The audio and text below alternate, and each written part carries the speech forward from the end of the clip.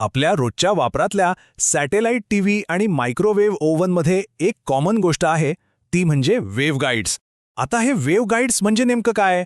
तर हे आहेत अदृश्य हायवे, जे हाय फ्रिक्वेन्सी एनर्जी एका ठिकाणाहून दुसऱ्या ठिकाणी घेऊन जातात. चला तर मग आज या इंटरेस्टिंग टेक्नॉलॉजीबद्दल जाणून घेऊया.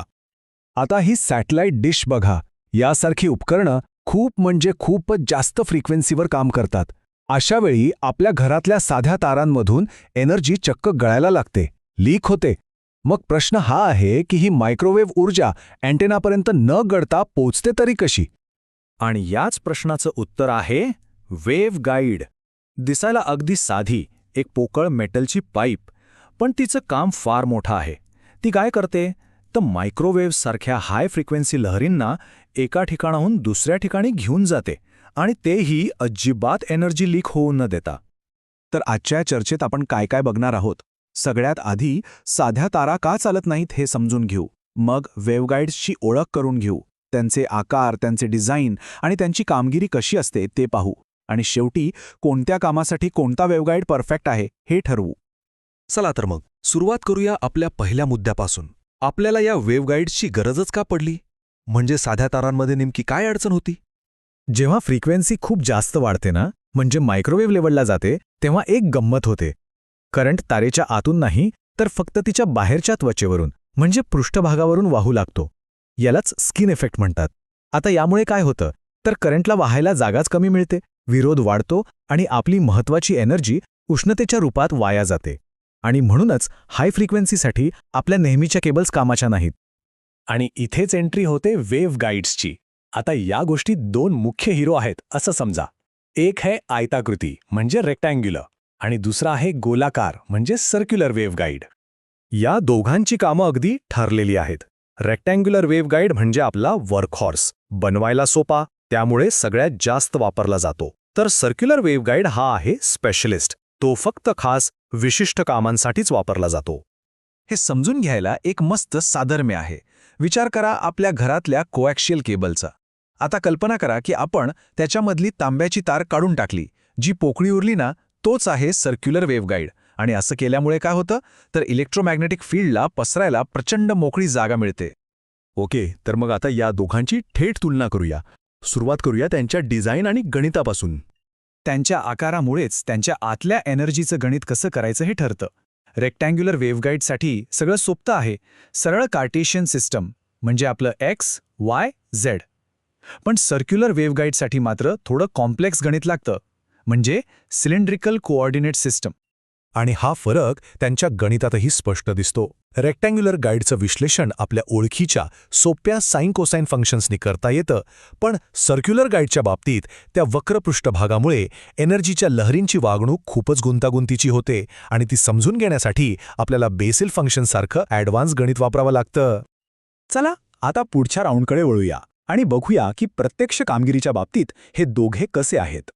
पुढे जाण्याआधी एक महत्त्वाची संकल्पना समजून घेऊ, डॉमिनंट मोड. समजा एका पाईपमधनं पाणी जातंय. पाण्याचा एक असा फ्लो असेल जो कमीत कमी अडथळा आणि कमीत कमी ऊर्जा वापरून पुढे जाईल, बरोबर? वेव्हगाईडमध्ये एनर्जीचं पण तसंच असतं. जो वेव्ह पॅटर्न सर्वात सहजपणे कमीत कमी लॉसमध्ये प्रवास करतो त्यालाच डॉमिनंट मोड म्हणतात. रेक्टँग्युलर वेव्हगाईडसाठी हा डॉमिनंट मोड आहे TE10, तर सर्क्युलरसाठी तो आहे TE11. आता इथे TE म्हणजे ट्रान्सव्हर्स इलेक्ट्रिक.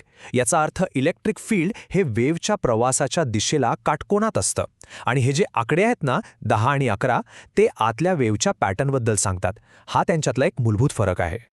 त्यांच्या डिझाईनमधला फरक त्यांच्या कट ऑफ वेव्हलेन्थच्या फॉर्म्युल्यात पण दिसतो. रेक्टँग्युलर गाईडसाठी हे सोपं आहे, ती फक्त त्याच्या रुंद बाजूच्या लांबीच्या दुप्पट असते. पण सर्क्युलर गाईडसाठी ते त्याच्या त्रिज्येवर अवलंबून असतं, आणि त्यात 3.41 हा एक विचित्र स्थिरांक येतो, जो त्याच्या कॉम्प्लेक्स भूमितीमुळे आलेला आहे. आणि हा ग्राफ बघा हेच सिद्ध करतो.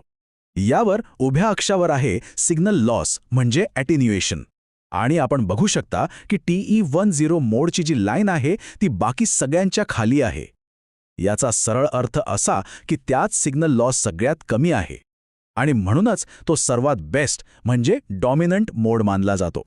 ठीक आहे, तर आता आपण शेवटच्या भागाकडे आलो आहोत. बघूया की प्रत्यक्षात यांचा वापर कुठे होतो आणि या सगळ्या चर्चेचा सारांश काय आहे. तर रेक्टँग्युलर वेव्हगाईड हा आपला वर्कहॉर्स आहे. म्हणजे तो बहुतेक ठिकाणी जनरल पर्पजसाठी वापरला जातो.